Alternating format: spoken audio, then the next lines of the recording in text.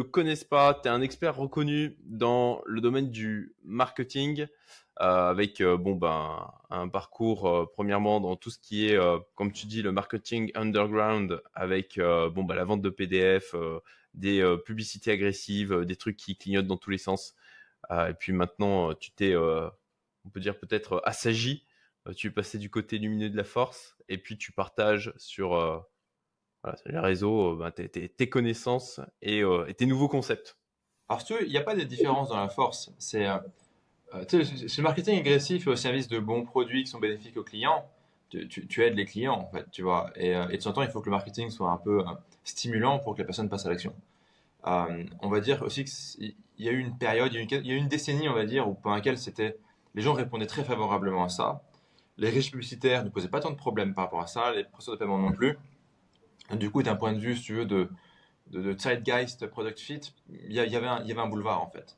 Là où aujourd'hui, c'est des pratiques qui ont été beaucoup plus répandues, qui ont été aussi beaucoup plus utilisées pour vendre de la grosse merde.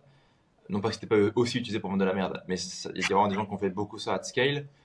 Et du coup, voilà, les gens réagissent beaucoup moins favorablement à ce type de marketing. Et donc, en fait, en tant que marketeur, ton boulot, c'est un peu de t'adapter à la réalité. Hein, c'est pas juste de prendre tes désirs pour des réalités.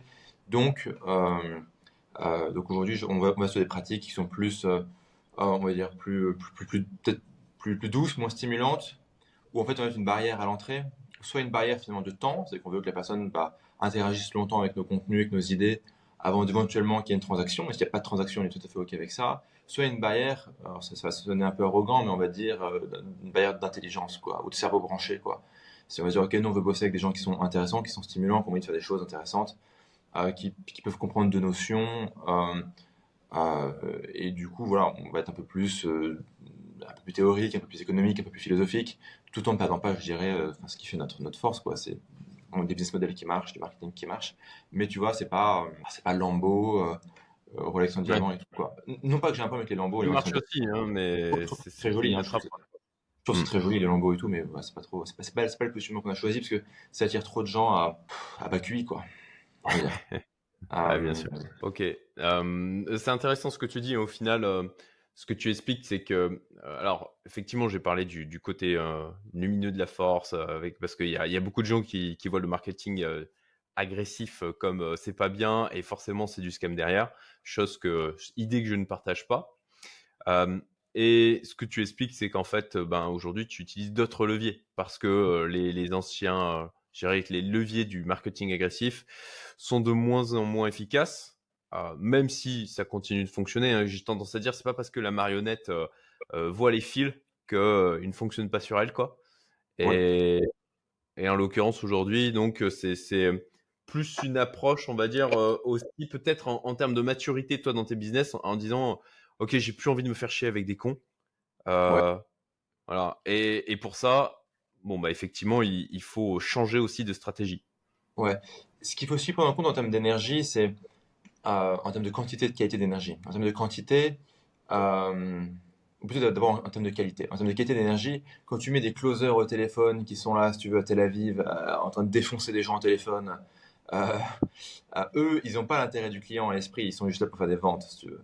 Quand tu as du copywriting ultra agressif, que tu as délégué, je sais pas, un petit jeune qui s'en bat les couilles, qui fait n'importe comment, c'est pas lui derrière qui gère le support client et tu vois, le customer fulfillment.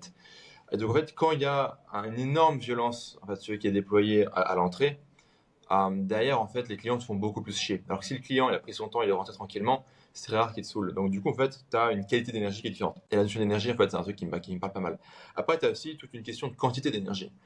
Je pense qu'on est passé d'un monde ou d'une décennie, on va dire 2013-2023, c'est un peu arbitraire comme date, mais ça m'arrange, donc je le fais comme ça, où finalement le processus commercial prenait beaucoup d'énergie aux vendeurs.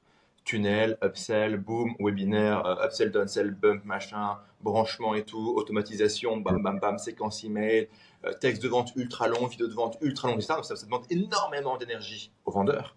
Et pour l'acheteur, ça lui demande aussi énormément d'énergie. Donc là, il y a une quantité d'énergie phénoménale qui est alloué finalement au processus commercial, des deux côtés en fait. C'est énorme comme énergie, comme temps, comme énergie, etc. qui est alloué. Et en fait, là aujourd'hui, moi je suis plus sur une thèse avec les gens avec lesquels je travaille, les boîtes avec lesquelles je travaille, donc bonsai.lol, SiteMaxYZ et d'autres plateformes, où on se dit non, non, en fait, on veut que l'énergie, bah, il soit utilisé pour un truc utile, tu vois, pour créer de la relation, pour créer de la valeur, pour accompagner le client, pour que le client ait des résultats, pour, je dirais, faire du karma positif dans le monde, on va dire. Donc, faire du contenu organique, enseigner plein de trucs gratos, pousser plein de choses gratuites. Euh, voilà, parce qu'on préfère, on préfère allouer de l'énergie ici plutôt qu'allouer de l'énergie à la transaction qui en plus derrière va se transformer, enfin va se révéler être une transaction qui n'est pas forcément fructueuse ou bénéfique, tu vois, pour les deux parties quoi. Donc qualité et quantité d'énergie. Hmm. C'est une des grandes lignes directrices en fait d'Aspiro. D'accord. Donc, plus une approche sur la partie commercial et marketing 20-80 avec au final un côté compound sur la qualité de la relation qui va être créée derrière Ouais, et sur la capacité à mettre en avant cette qualité ouais. dans le long terme.